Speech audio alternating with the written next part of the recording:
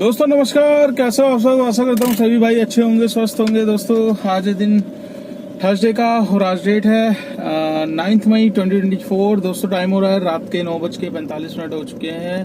आपको दिखाया था मैं, और मैं पहुंच गया हूँ द्वारका सेक्टर 12 की रेड लाइट पे हूँ। जस्ट अभी ड्रॉप करके आ रहा हूँ द्वारका सेक्टर 16B ककरोला के पास। और ये पिकअप मैंने लिया था दोस्तों मेदांता हॉस्पिटल से, इमरजेंसी वार्ड की तरफ से मिला था पिकअप।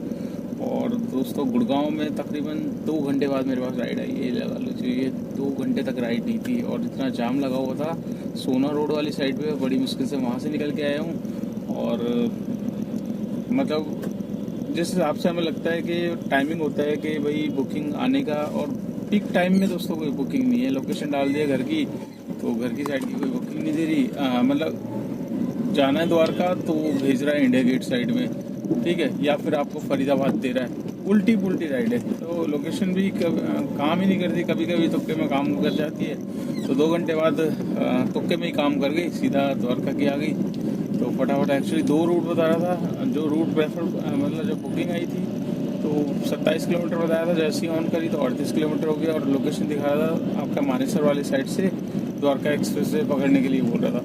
तो मैंने पहले मैं पूछ लेता हूँ, क्योंकि देखो बाद में क्या होता है, झंझट होता है। अभी रूट ऑलरेडी आपने देख लिया है, आपको फेयर इतना मिलना है, और फिर रूट वो 10 किलोमीटर का बढ़ा दे, तो बाद में फिर कस्टमर के साथ चिकचिकबाजी होती है। तो इससे बढ़िया कस्टमर से पूछ लो, भैया रूट यहाँ से दिखा रहा है, यहाँ से चलना है या वहाँ से चलना है। तो राइडर ने खुद ही बोला, नहीं भैया एम्बियंस मॉल की तरफ से जाओ, हम वहीं से जाते डेली।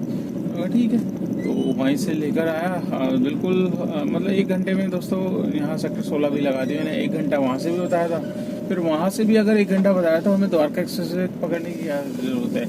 तो वो ट्रैफिक वाले टाइम पे मेरे ख्याल से ठीक ही रहता है। और जो राइडर उधर से आना प्रेफर करता है तो उनके लिए वो रूट बेटर है। तो इन राइडर को यहाँ से मतलब जाना पसंद था, तो मैं यहाँ से लेकर आया, क्योंकि फेयर भी बढ़ता, फिर राइडर कंप्लेंट मारता, फिर होता कुछ नहीं, कोई फ़ायदा नहीं था। तो दोस्तों आज मैं मॉर्निंग में निकला था तकरीबन 9:30 बजे, और 9:30 बजे निकल के मेरे पास पहली बुकिंग आ गई थी सीधा गुड़गांव आपका सुशांत लोक मैं लेकर गया था द्वारका एक्सप्रेस की तरफ से। और शीतला माता मंदिर रोड जो अतुल कटारे चौक है वहाँ से लेकर गया था सीधा। 1 घंटे में मैंने मतलब सुशांत लोक छोड़ा। सुशांत लोक के बाद फिर मेरे पास जो बुकिंग आई सीधा छतरपुर की आई। छतरपुर छोड़ा, छतरपुर के बाद तकरीबन आधे 1 घंटे बाद मेरे को बुकिंग मिली आपका सीधा इधर की लोधी रोड। तो लोधी रोड ड्रॉप किया। लोधी रोड के बाद फिर दिन में 1.5 घंटा का तकरीबन खाली रहा।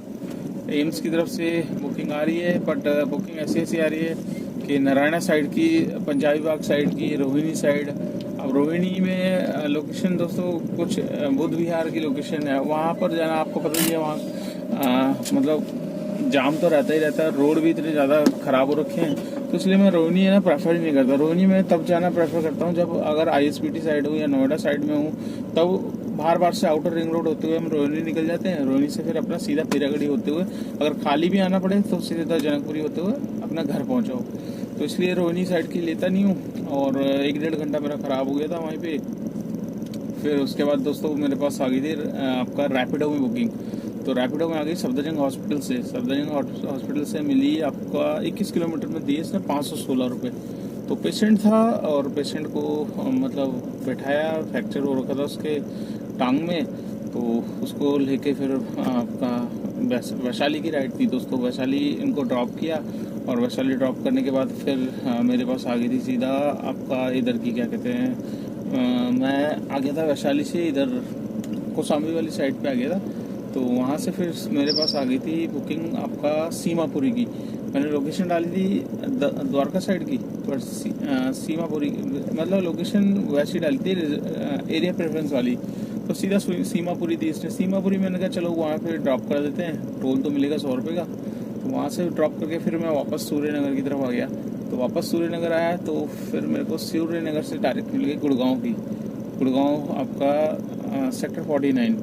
तो 600 आपका मेरे को दिखा रहा था बिल 607 रुपये, मतलब सॉरी 714 रुपये दिखा रहा था। तो काट पीट के मेरे को 672 रुपये मिले, और 100 रुपये का एक टोल मिल गया। 772 रुपये उसी में मिल गए मेरे को। उसके बाद दोस्तों कोई राइड नहीं मिली। तो 2 घंटे बाद ये राइड मैं लेकर आया हूँ अभी, और इसमें टाइम ज़्यादा लगा नहीं, बट ये है कि खाली बैठ जाते ना तब दिमाग ख़राब होता है कि यार अब 2 घंटे जो ख़राब हुए, 2 घंटे में कम से कम 400-500 की अर्निंग, एक ट्रिप भी अगर लंबी मिल जाती तो 400-500 की अर्निंग आराम से मैं कर सकता था।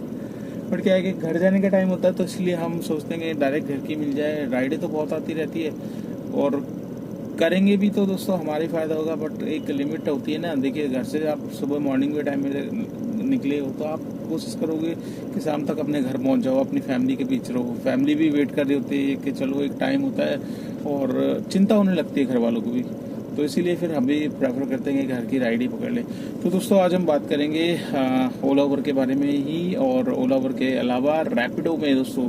तो आज की कहानी में आपको मतलब बताऊंगा रैपिडो ने क्या चालाकी करने लगी। मतलब वही चीज़ है दोस्तों, जब पहले ओला उबर एक दूसरे की कॉपी करती थी, अब रैपिडो जैसे ही स्टार्ट हुआ तो उबर ने रैपिडो की कर ली, इनड्राइव हुआ तो इनड्राइव की रैपिडो उसने उबर ने कर ली। तो ये दोनों एक दूसरे के चलते रहते हैं। तो दोस्तों अभी कंपटीशन क्या चल रहा है? कंपटीशन चल रहा है भैया, एसी कौन बढ़िया दे रहा है आपको, एसी कौन बढ़िया चला के दे रहा है। तो आप भी हंसोगे दोस्तों, जैसा कि मैंने कुछ दिन पहले एक ब्लॉग बनाया था जिसमें मैंने बताया था कि ड्राइवर भाइयों को मिल रही है उबर की तरफ से धमकी कि भैया एसी पूरे टाइम चला के रखना है, नहीं चलाओगे तो 25% का फेयर डिडक्ट होगा। साथ में आप बहुत सारे जो अपॉर्चुनिटी है, जैसे इंटरसिटी की ट्रिप्स हैं और एयरपोर्ट्स पे आपको फर्स्ट प्रायोरिटी मिलती है, वो सब चीज़ें आप खो दोगे, और इंसेंटिव प्लान खो दोगे। ये सब चीज़ें मतलब एक तरीके से डराने वाली बात है कि अपना एसेट्स खो दोगे, अकाउंट होल्ड पे जा सकता है आपका। तो ये सब चीज़ें उबर ने स्टार्ट करी दोस्तों, और वही चीज़ अब करने लग गया है रैपिडो। अब आप कहेंगे रैपिडो ने क्या कर दिया भाई? रैपिडो ने दोस्तों आज, जैसे कि मैंने बताया आपको, रैपिडो में मैं एक राइड लेकर गया था सफदरजंग हॉस्पिटल से, और वैशाली की राइड थी दोस्तों। देखिए, मेरा मानना ये है, मैं अपना करता हूँ कि विंडो पहले खोल के रखता हूँ, ठीक है। जब राइडर आ जाते हैं, राइडर बैठते हैं, अगर वो रिक्वेस्ट करते हैं तो एसी चला देते हैं, नहीं करते तो नहीं चलाते। तो अपना जब मैं पहुंचा था, हाफ विंडो मेरी खुली हुई थी। अब पेशेंट था, उसके फ्रैक्चर था, तो जैसे ही बैठ के बंदे ने खुद ही बोल दिया भैया विंडो खोल दो पीछे की चारों। देखा ठीक है भाई, मेरे को कोई दिक्कत नहीं, मैंने खोल दी। खोल के अपना वैशाली तक मज़े से आराम से बढ़िया बढ़िया हवा खाते हुए गए, और जाके छोड़ दिया। छोड़ने के बाद दोस्तों जब मैंने सीमापुर की उबर में बुकिंग ली थी, तो उसके बाद मेरे पास सीधा कॉल आया, और आज ही मैंने अपना नंबर रिचार्ज करवाया। उससे पहले बनता नंबर जो इसमें रैपिडो से अटैच था, तो उसी नंबर से मैं, मतलब रैपिडो के नंबर से, मैं कर्नाटका पता नहीं कुछ लिखा हुआ था, वहाँ से कॉल आता है कि सर हम रैपिडो से बोल रहे हैं, और कैसे हो आप? मैंने कहा ठीक हूँ जी, क्या काम है बताइए। तो कहते सर अभी आपने रिसेंटली एक ड्रॉप किया है, और उसमें कस्टमर की कंप्लेंट आई है कि आपने एसी नहीं चलाया। तो मैंने कहा सर ऐसा है कि कस्टमर ने खुद, पेशेंट था, पेशेंट ने खुद मेरे को बोला विंडो चारों खोल दो, पीछे की दोनों विंडो खोल दो, ठीक है, उनको एसी नहीं चाहिए था। तो अब आप क्या कहेंगे, क्या मैं ज़बरदस्ती एसी चलाऊं? मैं कहा जब राइडर खुद ही मना कर रहा है, उसको विंडो खोल के पसंद है बाहर की हवा खाना, तो मैंने कहा पेशेंट है, पेशेंट को हो सकता है ठंड लग जाए या कुछ भी है, एसी नहीं चाहिए। तो कहता अच्छा, फिर कहता अच्छा सॉरी सर, कोई नहीं, आप नेक्स्ट टाइम के लिए ध्यान रखिएगा, नेक्स्ट टाइम आप। मैंने कहा जी आपको कहने का मौका नहीं मिलेगा, हम अपना राइडर जब बोलते हैं ना तो आराम से चला भी देते हैं, ऐसी कोई दिक्कत नहीं है। कह रहे ठीक है सर, आप मतलब यही कंफर्म करने के लिए बोला था, मतलब राइडर की ये थी। मैंने कहा राइडर कुछ भी बोले आप यकीन थोड़ी करोगे, यकीन नहीं करोगे क्या? मतलब ड्राइवर से भी तो पूछना चाहिए। तो मैंने कहा ये, अब मैं आपको बता रहा हूँ, पेशेंट था, खुद ही उसने मना किया है इस मतलब चलाने के लिए, तो अब हम क्या कर सकते हैं? तो दोस्तों इस तरीके की, मतलब उसने यही बोला कि सर एसी चला के रखना है, नहीं तो अकाउंट वगैरह पे थोड़ा सा दिक्कत हो सकती है। तो मतलब कहने का मतलब इसने भी वार्निंग सी एक देने स्टार्ट कर दी है कि भैया आप रैपिडो में भी अगर आप नहीं चलाते, वैसे ही आपने देखा होगा जैसे आप रैपिडो को ऑनलाइन करते हो, ऑनलाइन करते ही 4 नोटिफिकेशन देता है कि एसी ऑन रखो, एसी ऑन रखो, एसी ऑन रखो। तो चलिए दोस्तों रैपिडो की एक वो मान लेते हैं, देखो 0% कमीशन ले रहा है, 21 किलोमीटर में 516 रुपये बंदे ने दिए। मैं चलाने के लिए रेडी हूँ, पर सवारी नहीं रेडी है, तो भाई ज़बरदस्ती थोड़ी ना उसका, अब वो ऑलरेडी उसका फ्रैक्चर हो रखा है, मैं उसको बोलूँ भाई एसी चलाऊँ क्या पकड़ के? तो कैसे लगेगा, या उसके आस साथ वाले बंदे उनसे बोलो भाई एसी चलवा ले यार, नहीं हो रहा, दिक्कत हो रही है। अरे पेशेंट है, पेशेंट को खुद परेशानी हो रही है, एसी में हो सकता है उसको नहीं सूट करता हो। बहुत से लोग हैं जिनको नहीं सूट करता है एसी, बाहर की हवा खाना प्रेफर करते हैं। तो ऐसे ऐसे दोस्तों अब स्टार्ट हो गया है। ऊबर ने तो कर ही दिया है, अब रैपिडो भी चालू कर रहा है। ठीक है, तो रैपिडो में तो दोस्तों बनता है एसी, क्योंकि आपका 0% कमीशन पे है, तो बनता उन्हीं के लिए जो रिक्वेस्ट करेंगे। बाकी जो नहीं करते तो देखो, 2 पैसे हर कोई रोड पे आया तो कमाने के लिए आया है, गंवाने के लिए थोड़ी ना कि भाई खाली बैठे हैं तो जैसे ही राइड आए 10 मिनट राइड लेने पहुंचे तब तक एसी ऑन करके चलो, इतने में तो आपकी खुद की सीएनजी वो हो जाएगी। भाई राइडर आता है, बैठता है, रिक्वेस्ट करता है चलाने के लिए तो चला देते हैं, नहीं बोलता तो फिर विंडो खोले हुए आराम से चल रहे हैं, है कि नहीं। तो चलिए दोस्तों, आज का काम मैं आपके साथ शेयर कर देता हूँ। आज का मेरा काम कितना हुआ है, ज़्यादा कोई खास नहीं हुआ, पर फिर भी जितना होता है वो मैं दिखा देता हूँ। यहाँ पर देख सकते हैं 1800 कुछ रुपये का मेरा काम है दोस्तों, और इसमें मेरे को मिले हैं 5 टोल। 400 रुपये के वैसे हैं और 1 टोल स्टेट टैक्स मिलेगा, मतलब 2 चक्कर गुड़गांव के लगे हैं ये, और मतलब 2 चक्कर गुड़गांव के हैं, 1 चक्कर यूपी का है, और एमसीडी 3 लगी है। तो ये एमसीडी 3 मिल गई है, और 1 हरियाणा का मिल गया और 1 यूपी का मिल गया है। तो 520 रुपये के टोल दोस्तों मुझे मिल गए हैं। सॉरी, 520 रुपये के नहीं, क्योंकि यूपी में गया था रैपिडो में 1 लेके, और बाकी टोल मिले, मतलब मेरे को जो मिले हैं आपका 4 टोल एमसीडी के ही मिले हैं, और एक टोल मिला है हरियाणा का स्टेट का। तो 500 का टोल हो गया, 1857 का काम हो गया है। तो 8 और 5 18 और 5 2357 रुपये, आप 2400 कर लो, और 2400 के काम ये है, और प्लस जो 516 की राइड है दोस्तों वो है, तो 516 और प्लस कर लीजिए, कितने हो गए 2900 राउंड फिगर दोस्तों। आज का काम है 2900 रुपये का। और सीएनजी जो मैंने डलवाई थी दिन में करीब डलवाई थी 257 रुपये की, और कल जो डलवाई थी मैंने 407 रुपये की डलवाई थी। तो 407 और उसमें पहले की 100 रुपये की पड़ी होगी, 507 और 257, तो आपका 500 750 रुपये, 750 रुपये की सीएनजी तकरीबन उसमें 100 रुपये की बची थी। ठीक है, 150 रुपये की आप मान के चलिए, 150 रुपये की तकरीबन बची थी सीएनजी। तो 600 रुपये की पूरी खर्च हो गई है। अभी डलवा के ला रहा हूँ 438 की सीएनजी।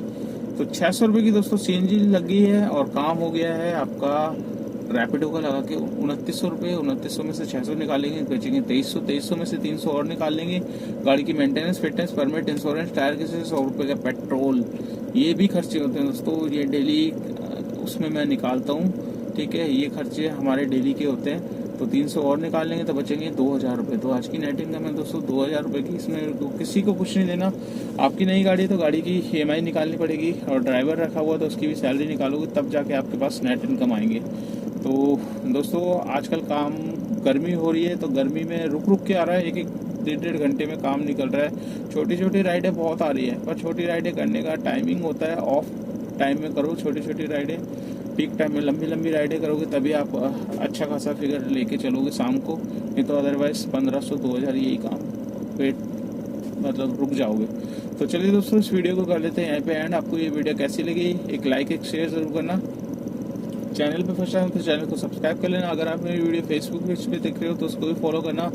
ज़्यादा से ज़्यादा शेयर कर दो दोस्तों, आपकी शेयर करने से हेल्प मिलती है मुझे, लाइक करने से हेल्प मिलती है। मेरी वीडियो आगे रैंक करती है, उन भाइयों के पास पहुंचती है जो जानना चाहते हैं ओला उबर में कितना काम है। तो चलिए दोस्तों, वीडियो को एंड करते हैं और आपसे मुलाकात करते हैं नेक्स्ट व्लॉग में। तब तक के लिए बाय बाय।